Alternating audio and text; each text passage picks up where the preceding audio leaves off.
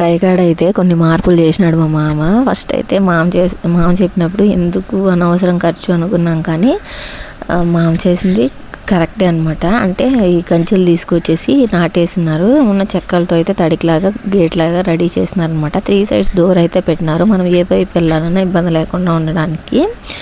ఇంకా ఈ తడికల్ని రెడీ చేయడానికి ఏంటంటే, మనం కైకాడ లేనప్పుడు ఎవరన్నా రావడానికి వీలు ఉండదు కదా ఇంటి దగ్గర అయితే. ఇంకా అందుకని చెప్పి మామ అయితే ఈ విధంగా రెడీ చేసినారనమాట.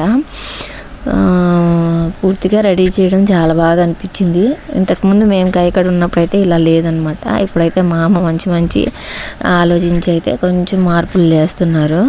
ఎప్పటికైనా పిల్లలు వచ్చినప్పుడు కూడా కొంచెం బాగుంటుంది అని చెప్పి. ఇక్కడైతే ఆవులను కట్టేస్తాం కదా, వర్షం వచ్చినప్పుడు రచ్చ అయిపోతుంది అనమాట. ఇంకందుకని చెప్పి ఆవులకి బాగుంటుందని కింద అయితే గచ్చేసేసినారు.